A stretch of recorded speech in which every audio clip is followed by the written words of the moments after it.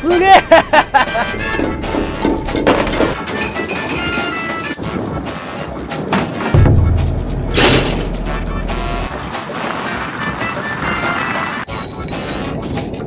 いしょー、大量って言ってるんじゃないですかこのようにまあざっとこれは何百キロもおるぞ。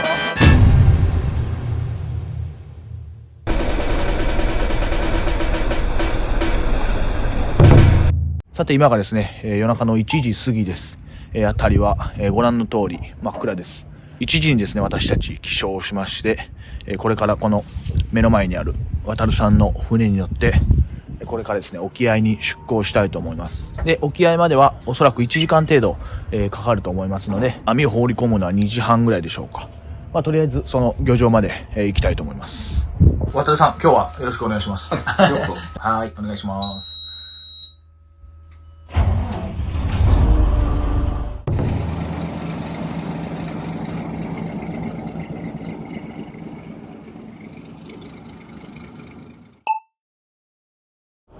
さて真っ暗闇なんですけれども、港からですね1時間半ほど、来ました。このようにですね、まあ、映してもしょうがないですけれども渥美半島沖ですねにやってきました。今ですね渡さんは、一人でですね、まあ、黙々と準備されてますけれども、まあ、これからですね開口板を下ろします。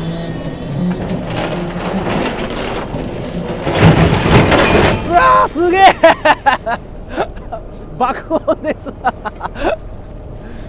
すごい音ですねまあ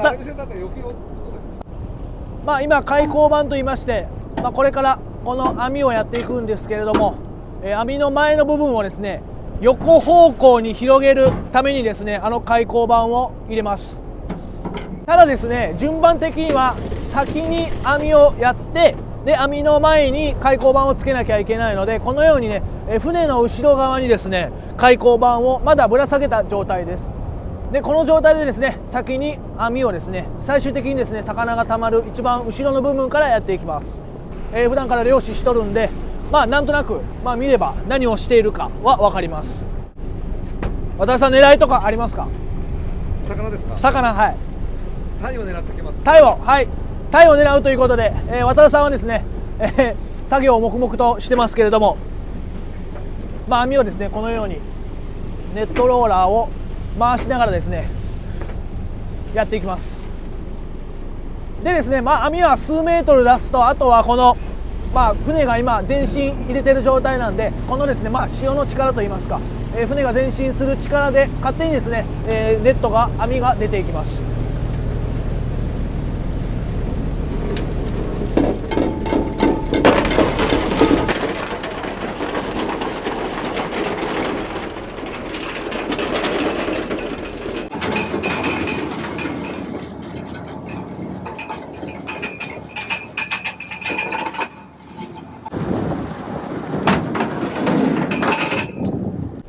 はい、ある程度ですね網が出し終わりましたら、先ほど言った開口板を取り付けます。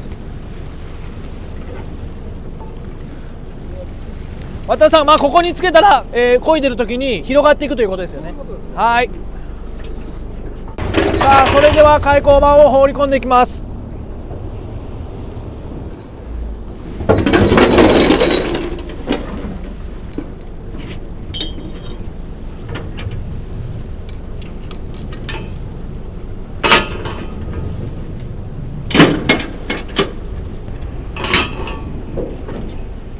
はい、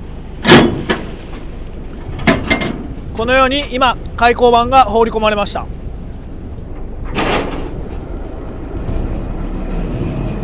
開口板を放り込みましたら、あとはこのロープワイヤーを伸ばしていくわけですね。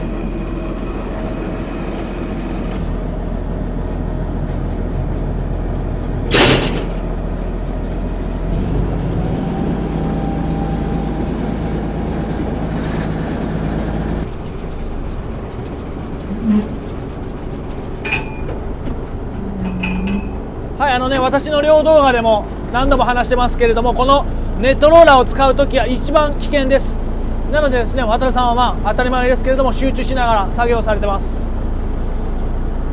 これで180キロ出しました。キロという単位はですね、漁師さんよく使います。そしてですね、このようにワイヤーを出してですね、私の漁とは違うんですけれども、このローラーはですね、今このようにたるんだ状態、フリーの状態になってます。そしてですね、船の前側でですね、このように先ほど出していった網をですね、漕いでいきます。こちらが左側、そして右側にもこのように装着されてます。さて、漕ぎ始めてですね、1時間ほど経ちました。詳しい場所は言えないんですけれども、渥美半島沖をですね、東に進みました。結構ですね、伝わってるかどうかわかんないんですけれども、揺れています。でですね、先ほどからカモメがね、1匹この船についてきているような状況です。これから網を上げるのがもしかしたらカモメも分かっているのかもしれません。ということで、これから上げていきましょう。エンジンのね、馬力を少し落としました。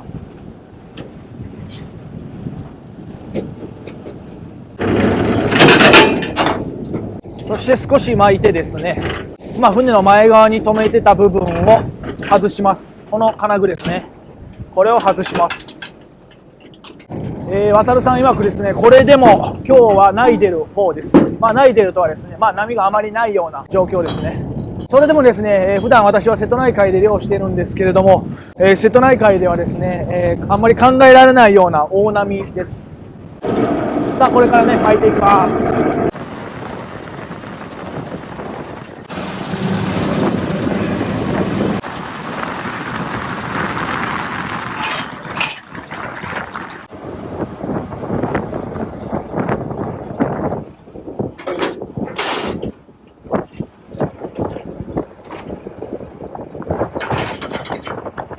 さて、何度か説明した網を広げる部分ですね、開口板が今上がってきたところです。ちょっと危険なんでね、私も、離れながら撮影しているんですけれども、はい、このようにね、開口板が上がってきたので、またおそらくですね、これは上げずに後ろにぶら下げたまま、今度はこの後ろについている網を回収します。それにしてもですね、ド迫力です。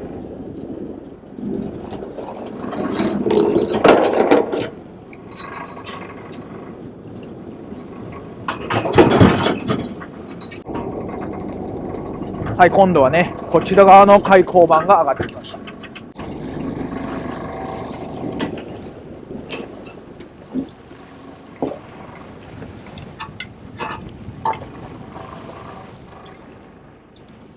皆さんね、これを見てもらえると分かる通り、本当に漁師は機嫌と隣り合わせ、そういった様子がね、お届けできていると思います。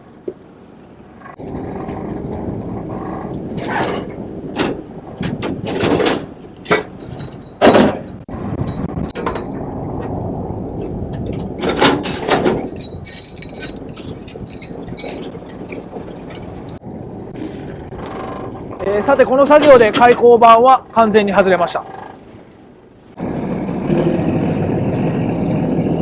渡さんは少し馬力を上げて、ローラーをね、巻きながらゆっくりゆっくり網を巻いていきます。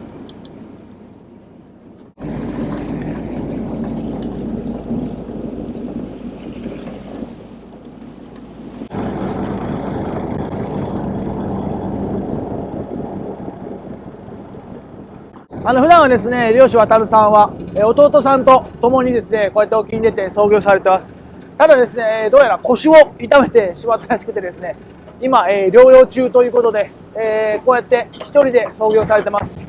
さあ、何度かね、お伝えした開口板は網を横に広げるためにですね、装着しました。で、どうやってですね、今度は縦に広げるんやっていう話なんですけれども、皆さん、気になってると思います。このオレンジのですね、もの、これがですね、浮きです。浮き。単純にこれで上を浮かします。網の上部を浮かすということですね。そしてですね、反対に網の沈ませる方はですね、このようにですね、ステンレスですね、銀色の部分をつけてですね、沈ませて、で、こっちの泡と岩と言ったりするんですけれども、泡の方はですね、フロートをつけて浮かす。そういった感じでですね、網を上下なり左右なりに広げて漁を行っています。ちなみにですね、今船の後ろを見てもらうと網の上部がこのように映ります。そしてですね、この辺にもね魚が上がってきます。ホウボウですか。はい、まず見えたのはねホウボウです。まあ後でですね、魚の紹介はいたしますんで、先にこっちのね漁の作業を進めたいと思います。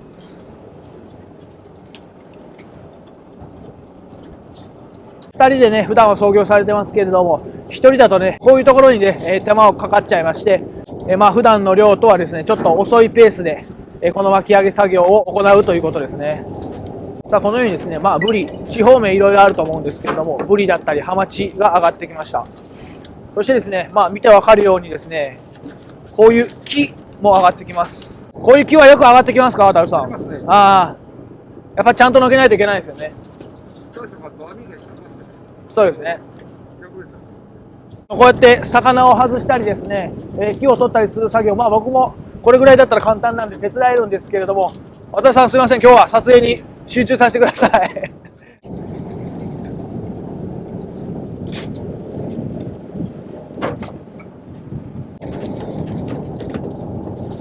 これは塩だ。え、これは塩。塩っていう魚？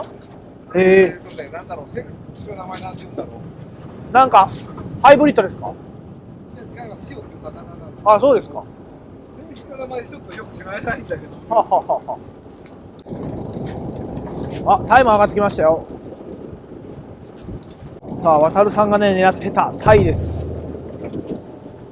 このようにですね、まあ最終的には、袋の一番後ろに上がってくるんですけれども、このようにですね、まあ途中で止まってくる魚もまあ多々います。私の動画でもね何度かご紹介させていただいた瀬戸内海にもいるメイタガレイですね。これの数は減ったね。あ、これは減ったんですか。それが減って、はいはい。昨日紹介した天竺ガレイがめちゃめちゃ増えてる。あ、そうですか。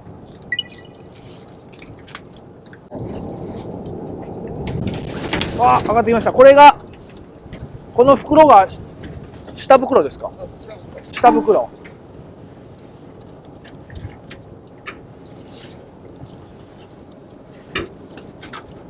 まあ全国ね、津々浦々ですね、こういった底引き網漁は行われているんですけれども、渡さんの網の仕掛けはですね、こういうですね、魚を出す箇所がね、2つあります。その今1つ目の箇所にやってきました。さあ、下袋をね、開ける時です。この瞬間がですね、私たち漁師も楽しみですし、視聴者さんもおそらくすごく楽しみにされている場面やと思います。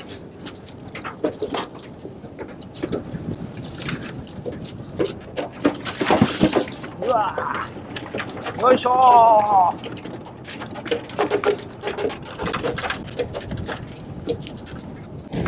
渡さん、タイは生かしていくんですよね。はい。ゴム手探したらありますよね、あっちの方。ブリッジの後ろの方に。どう寄ればいいですか。このあれも一緒。はい。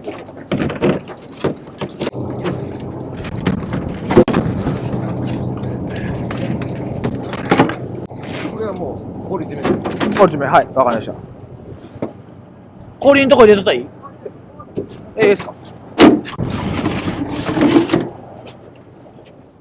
今日のさっきこんだけ喋ったのこれ初めてだ。まあ兄弟やったらね、僕も父親と全然喋んないですよ。はい、ちょっとですね、漁師の差がといいますか、早く行かさなきゃいけない魚を見たら、どうしてもですね、こう急いでしまう、僕も手伝いたくなってしまうということで、うわー、うわーこれ通常の量ですか？今日はちょっと多いですよね、これ。めっちゃ多いですよ、これ皆さん。よいしょー。大量って言っていいんじゃないですか。やばい。さあ、どことなくですね、渡るさんの気分も上々な感じがするんですけれども、うわこのように、まあざっと、これは何百キロもおるぞ。まあざっと見てもですね、100キロ、200キロぐらいおるんじゃないかという量です。ちょっと手伝います。早く行かさなきゃいけないんでね。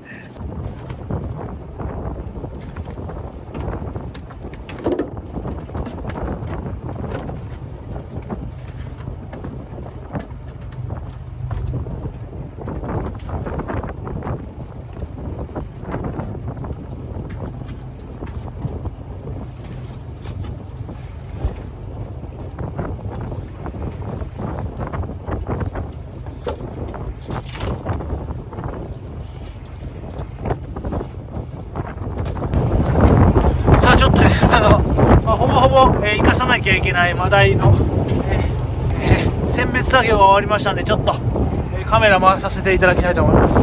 さあ、皆さん分かりますでしょうか。これがマダイです。そうですよね、頭の形もちょっとね違う感じですね。この辺の顔つきが違うのがなんか皆さん分かりますかね。こっちがマダイでこっちがチダイですね。これはマダイで、マダイは商品価値が高いので、この船のね表前側にあるですね生けすに生かしていきます。このね、時期によってね、入梅時はね、はい、梅雨時期はこっちの方が美味しい。美味しいんですか。はい、渡田さんがねちょっと次の1番ですね、2番目を、やるために船をちょっと動かすそうなんで、この地代だけ片付けたいと思います。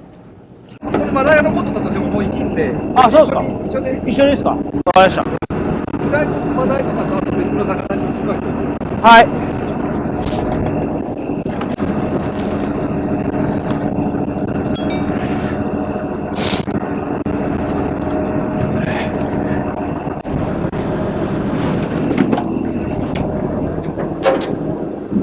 さて、このようにですね、大体作業を終えることができました。魚ね、紹介ざっとしていきましょう。これがですね、シュモクザメです。シュモクザメ。そしてね、ここに入ってるのがモンゴウイカですね。モンゴウイカ。ちょっとですね、矢継ぎ早のご報告とはなってしまうんですけれども、ちょっと急ぎ足でレポートを進めたいと思います。これは何ていう貝なんでしょう。テロップ出しておきます。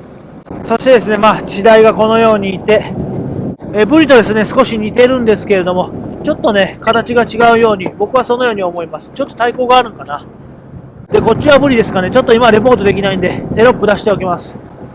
そしてですね、こっちに行きますと、最初に報告したですね、これがホウボウですね、ホウボウ。そしてこっちにいるのがですね、これがアナゴですね、アナゴ。で、ここにいるのは、これはですね、ツバクロエイというエイです。ツバクロエイ。もう一匹いるので、こっちに持ってくると、裏側がこんな感じですね。ツバクロエイ。まだまだですね、全然赤ちゃんです。もっと大きくなります。そしてこれがですね、メイタガレイというカレイです。そしてこれはヤリイカでしょうか。こういったイカもいます。瀬戸内海にもあまりいませんね。はい、そしてね、こっち側には、これはですね、コショウダイでしょうか。このようにですね、体表がコショウを振りかけたような、そういう模様をしているので、コショウダイと名付けられたんだと思います。で、こちらがですね、イネゴチですね、イネゴチ。こんな感じでですね、1番目のリポート終了したいと思います。これからですね、また同じように2番網やって、で、1時間半、2時間こいで、上げたいと思います。またその様子を、お届けできると思うので、そこまで一旦飛ばします。はい、そしてですね、船の表側に来るとですね、さっき生かし込んだが魚、タイがですね、マダイですね、がここにいます。そしてですね、渡さんはですね、マダイはですね、漁獲された後は必ずと言っていいほどですね、空気が溜まってお腹を上向けたまま泳いでしまいます。このままですとね、マダイはあまり状態が良くないので、このようにですね、針を肛門のちょっと後ろなんですけれども、ここに刺してエアを抜きます。そして生かし込むとですね、綺麗にですね、マダイが泳ぐので、しっかりとですね、魚を売るときまで、いい状態でですね、持っていける、市場まで持っていけるという、そういう作業ですね。で、渡辺さんはですね、このように、周りをキョロキョロしながら、安全をですね、確保しながら、この作業を行っております。渡辺さん、地代どこに持ってこればいいですか？後ろでいいですか？ここ？わかりました。はい。さて、朝の7時半になりました。太陽もしっかり昇りまして、渥美半島をですね、だいぶね、丘によってさらに東に、漕いできました。ちなみにですね、結構漕ぎ進めまして、ここの丘は愛知県ですけれども、もうこの辺から県境になって、向こうはもう静岡県、そういったところまで来てます。で、ここにはですね、ちょっとズームをしますと、このようにですね、富士山が見えます。今は1月ですので、空気が澄んでます。なのでですね、このように遠くにある富士山も割とこの船から見えたりします。ということで、作業を開始します。この2番網を上げていきたいと思います。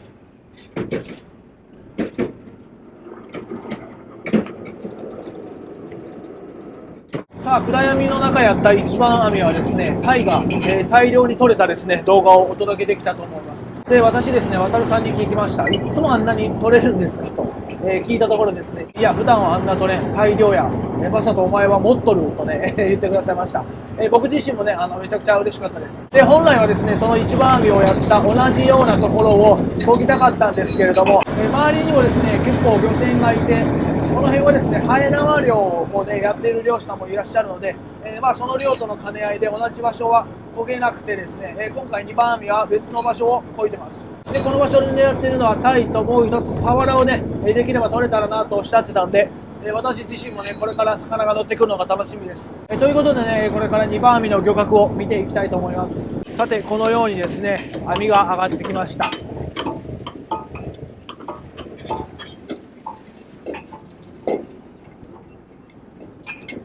さあ、狙い通りのサワラが、おお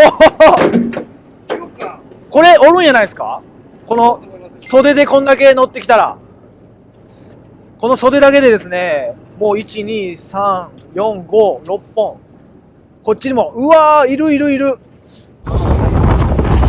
さあ、漁師の差が発動ということでね、ちゃちゃっとこれを上げて、3番網やったりで、お手伝いします。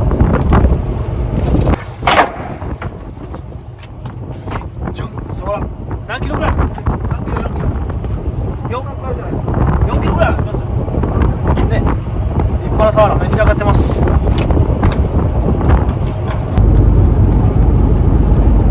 あ、このようにですね、たまには、ハサミで目を弾きながら、で、弾かなくても取れるときはですね、こうやって工夫しながら、できるだけ魚を傷つけないように取り込んでいきます。で、作業しましたところ、すでにこのぐらいのサワラが取れてます。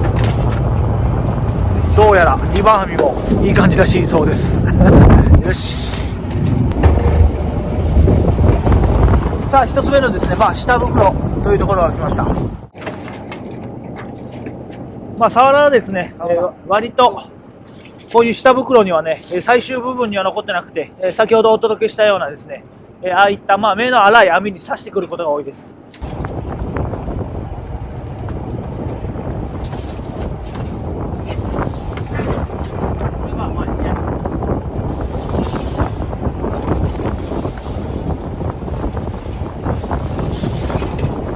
最後のね、網の一番後ろの部分です。マダイがこんな感じで、それにしてもサワラの量がいい感じですね。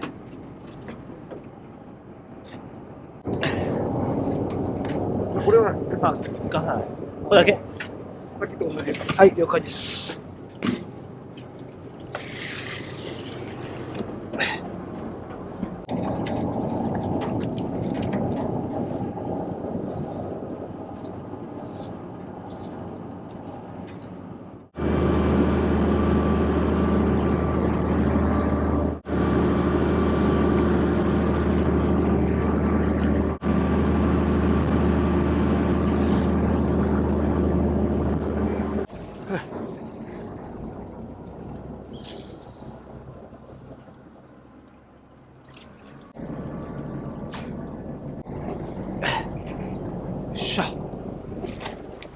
さあ、タイのエア抜きをしている間にもですね、おそらく渡るさんは次の3番網、これをね、もうやり込んでますね。早い、さすが。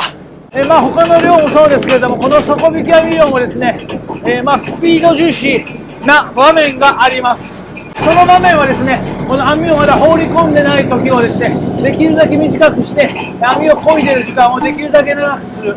そういった工夫をすることによって魚を多く取って、漁獲高、水揚げ高ですね、をより多く取るというですね、今がスピード勝負なんですけれども、ちょっとね、小走りで渡さんも戦場を駆け抜けてますけれども、そういった具合で今急いでます。で、今一人で渡さん操業されてますけれども、本来はこういった量は基本的に危険を伴いますし、作業効率もね、どうしても一人だと落ちちゃうので、2人でやることが多いです。で、私もですね、撮影をしながら、できるだけ手伝いたい気持ちはあるんですけれども、ちょっとですね、この網を放り込んでいくときは、勝手がわからないね、その船でいろいろやり方があるので、ちょっと手伝い兼ねるということで、渡さんに任せてます。まあ私ができるのはね、こういったまあ魚の処理といいますか、後片付けをしていくといった、まあできるだけそういったことをしていきながらですね、今日の漁、やっていきたいと思います。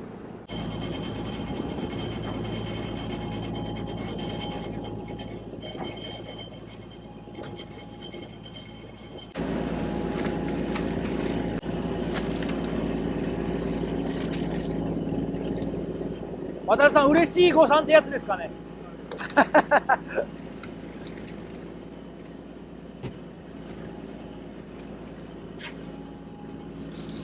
2番網もこのサワラがね、渡辺さんの読み通り取れました。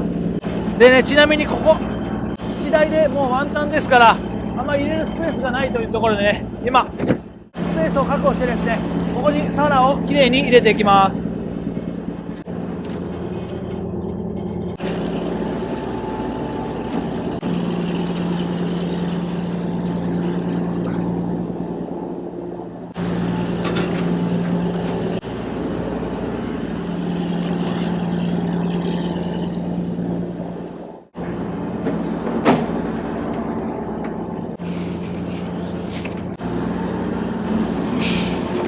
僕が22本です。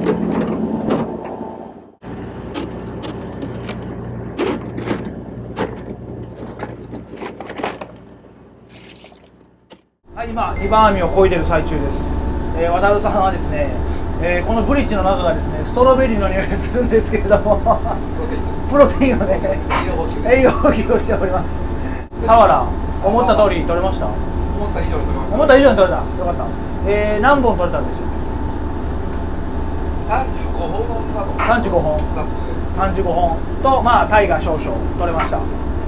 ということで、今ね3番網やってるんで、今日何番やれそうですか？わかんないですか？多分これ上げたらもう行くかもしれない。あ、そうですか。まあ多分3番で終わるかもしれない。これで終わるかもしれないということです。はい、ということで、絶好調男2人がですね今3番網を漕いでるんで、3番網もお楽しみください。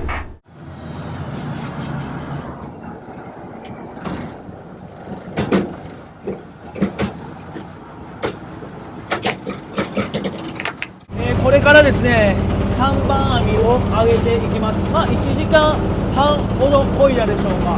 で今の位置はですね、2番網で東に向かってきた分を、今度はですね西に向かって漕ぎ戻ってきたって感じですね。で2番網よりはね、もうちょっと丘によって、丘まではそうですね、だいたい2キロから3キロぐらいの今位置ですね。それぐらい沖合にいます。まあ今ですね、渡辺さんはいつものようにこのワイヤーロープをですね、難なくと言いますか、まあ手慣れた様子でですね、上げてますけれども、皆様にはですね 100% はお届けできてないかと思いますけれども、たまにですね本当に爆音を伴うようなですね、とてもパワフルで臨場感のあるような、漁の風景です。すごい迫力があります。今見えたんが開口板ですね。開口板、網を左右に広げるための開口板が、まず左側から上がってきたんかな。こちら側をこの船のともにまあぶら下げるっていう形ですね。渡辺さん、やっぱり普段僕が使わん漁具の説明は難しいですなかなか難しい。まあ取り外したということだけはね、説明できます。このようにこれで2枚の開口板を取り外しました。そしてまた巻いていきます。渡辺さん、さっきも言いましたけど、今回はサワラはちょっと期待薄いですか？はは。作業中ですけど、その理由とかって説明できたりしますか？サワラがあんだけいっぱい入る。はい。大抵朝の。ははは。時間帯だけど。朝まずめがいいんですか？そう。あ、失礼しましたごめんなさい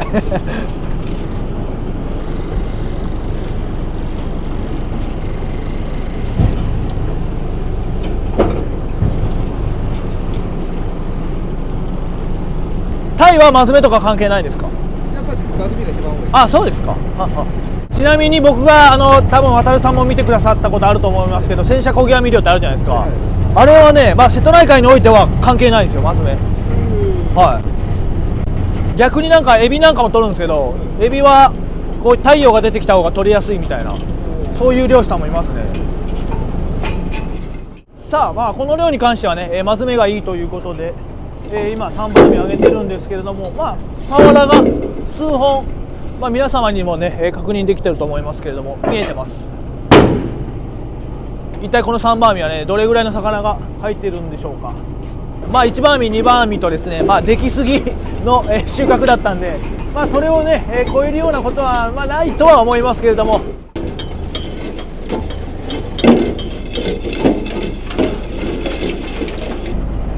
もう抜けない場合は切るんですね。網を一目だけ切って、その穴からですねサワラを抜きます。でこのようにねすぐ取れるサワラもいます。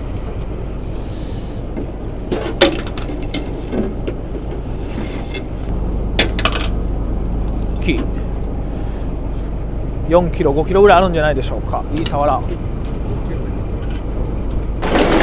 さあ続きを巻いていきます。お、初の魚がここにいます。皆様分かりますか。銀色に輝くですね細長い魚です。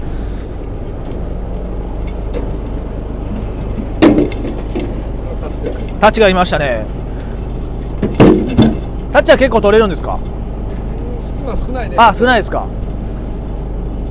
ちなみに瀬戸内海も昔はめっちゃ取れてたんですけど、もう全くいなくなりましたね。多分ね、これ、はい、この魚もこのはい、環境に弱いね、これは。環境でいうと水温ですか。ははは。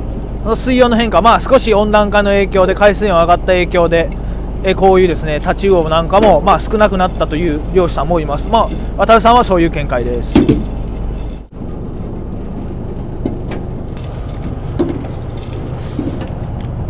僕の指で4本ぐらいありますね。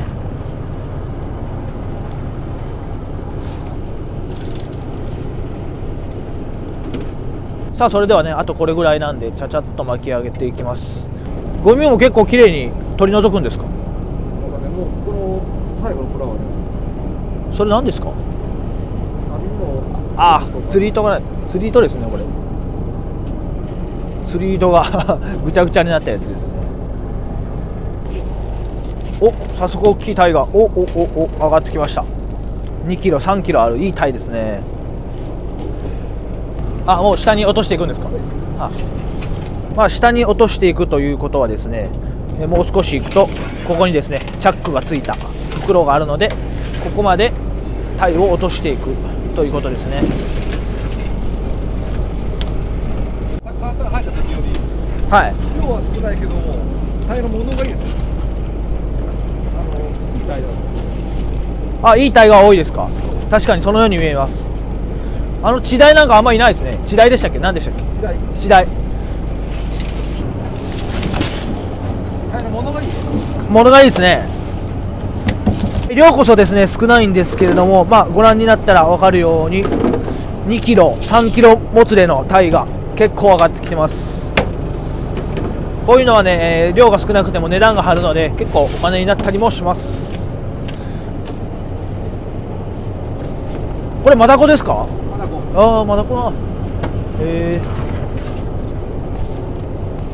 辺さん、この魚なんて言うんですか。これね、はい。キジハタだったかなんか確かそんなような名前。キジハタですか。わかりました。まあ漁師はね、はい。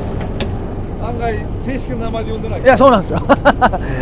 そこは、全国の漁師さん共通ですね。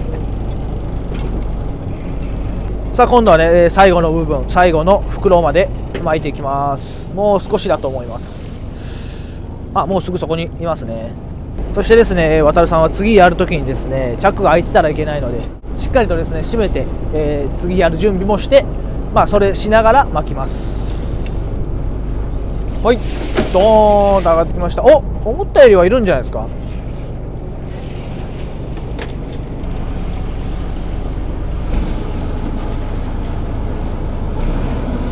さてすみません、タイはもうね向こうの表の方にやって、あと残ったのはねこういったものですね。まあ、これは赤エイかな。赤エイの赤ちゃんで、スズキ、カワハギ、そしてこれは多分白サメっていうサメかな。サメだったり、あ、これが珍しいんですよね。これちゃんとヒラメだね。いやこれちゃんとしたあれそれヒラメで、いやこれです。ごめんなさい。なんとか三島オコゼでしたっけ。三島オコゼというですねこういった、まあ見ようによってはちょっとキュートなこういった魚も取れます。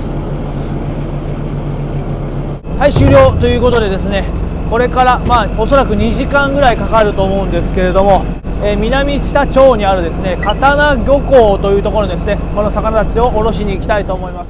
はい、ちょっと渡さんが作業してる間、僕ちょっと舵持っておきます。はい、1500ぐらいで。これがオートパイロットで、はいもし避けた方がいいなと思った時にはこれを切ってすればこう手動で。わかりました。またそれでは、はい、前だけ見ときます。はい。ということでね、渡さんが帰ってくるまで、10分か20分の間、操船したいと思います。操縦席から見た景色はこんな感じです。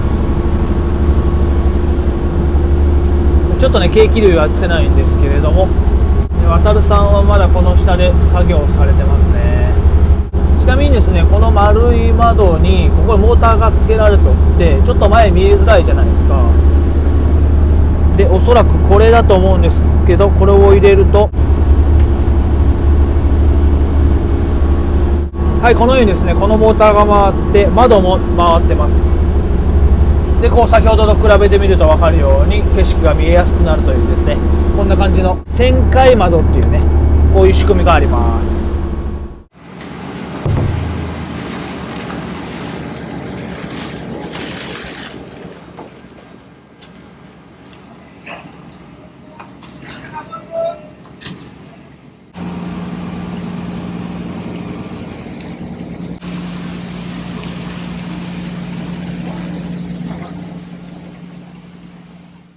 はい、ということでですね、漁師渡さんと私、同行の旅がこれにて終了ということで、皆さん見たこと、ある方たくさんいらっしゃると思います。魚おじさんです。よろしくね。ありがとうございます。で初めてお会いしまして、結構喋らせてもらったんですけど、やっぱり動画通りですね。ありがとうございます。すごくですね、よく喋ってくださって、動画のオンオフがないから常にこのまんまで。そうなんですか。またですね、渡るさんの方のチャンネルで僕の動画、渡るさんの GoPro のカメラとかでね、撮ってる映像とかあるんで、またぜひご覧ください。で渡るさんの、ご自宅で私夕食、いただきました。その風景も渡るさんの動画で出るんで、僕の概要欄から飛べるようになってるんで、ぜひ見てくださいということで、今回の動画終わっておきます。ということでまた。僕の動画を見てね。はい。ちゃっかり。さすがです。ありがとうございます。すみません。すみません。